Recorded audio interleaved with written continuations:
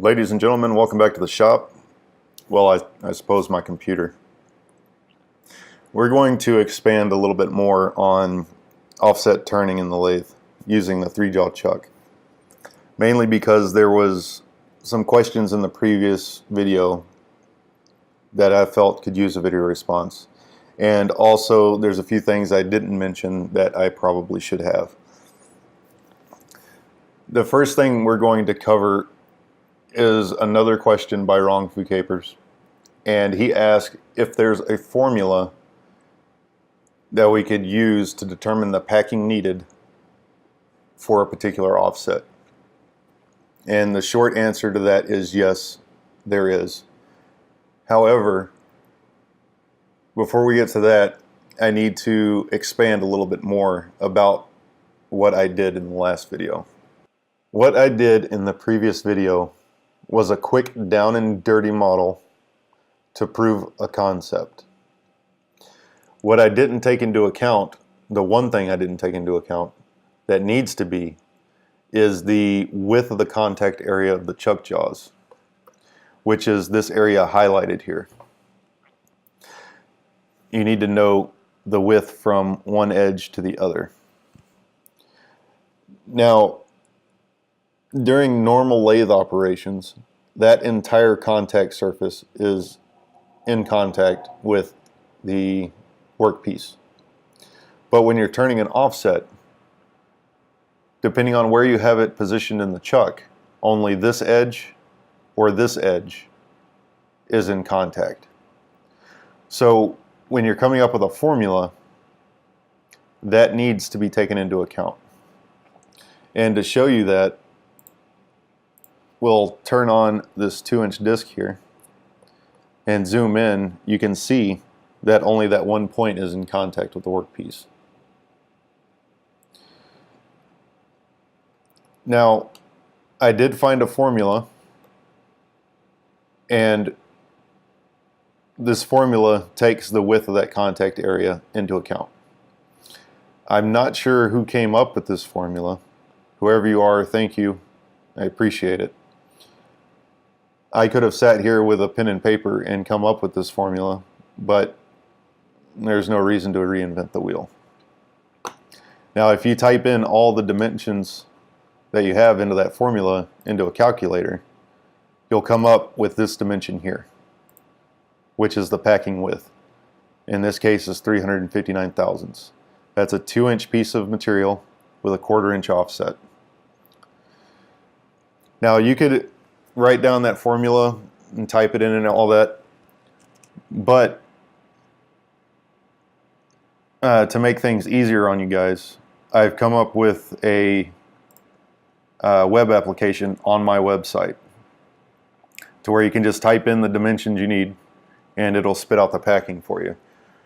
So if you remember, it was 359 thousandths for 2-inch material at a 1/4 inch offset with a jaw width of, for my chuck, is 80 thousandths.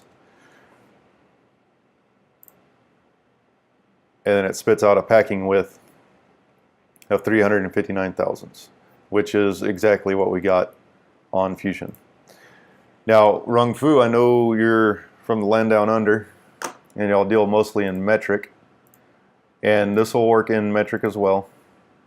If we change our dimensions to millimeters, and we measure again from here to here, we get a packing of 9.13 millimeters. And if we head back over to my web application, 2 inches is 50.8 millimeters. The offset, I've already done the conversion off camera. The offset is 6.35. and the jaw width is 2.032. And if we submit that, we get our packing width of 9.13 millimeters, which again is what we got in Fusion. Now, if you want to write down that formula and use it, you're more than welcome to. Again, I don't know who came up with it, but anyone is more than welcome to use my web application, which is a little bit easier to use than trying to type in all those numbers into a calculator.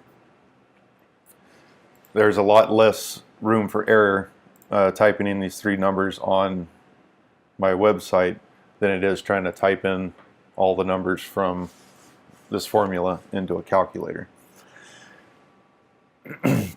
So Rung Fu, thank you for your suggestions and your comments. Okay, our next question comes from Malcolm Till, and he asked, now you have the offset, can you not put the crank disc straight into the chuck and do away with the 2-inch aluminum jig? And the answer to that is no, we cannot. Because once you change the size of your workpiece, that's going to change how much packing you need to create the same offset. To illustrate that, if you remember, the 2-inch disc needed 359 thousandths to create a 1/4 inch offset. Now if we do away with the 2-inch disc and replace it with a 3/4 inch disc, move in our chuck jaws, and then we inspect this packing distance, we get 331 thousandths, roughly 20 thousandths less than it was for a 2-inch disc at the same offset. And that's why we can't use packing from one size to the other, because the diameter of your workpiece affects how much packing you need to create a particular offset. And that isn't even the major issue and the main reason for using the jig. The main issue is that there is a limit to how much offset you can create in the 3-jaw chuck. And a 3/4 inch disc at a 1/4 inch offset is dangerously close to that limit. If you look closely, the contact point, which is here, is really close to the center line, which is about here, of the workpiece. Once that contact point gets at or beyond the center line of the workpiece, then the chuck can no longer securely hold the workpiece. And it has the potential to come flying out of the chuck and cause a great deal of harm once you turn your lathe on and start machining it. So that's just something to look out for. And that was the main reason for using the larger material to create a jig, was because of this limit that I was getting really close to. So as I said, that's just something to watch out for when you you can first try it out. If your contact point is really close to the center line of your material, then you'll want to think about making the jig to hold your stock.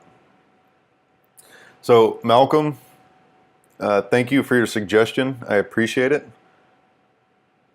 Again, Rung Fu, I appreciate your suggestion as well.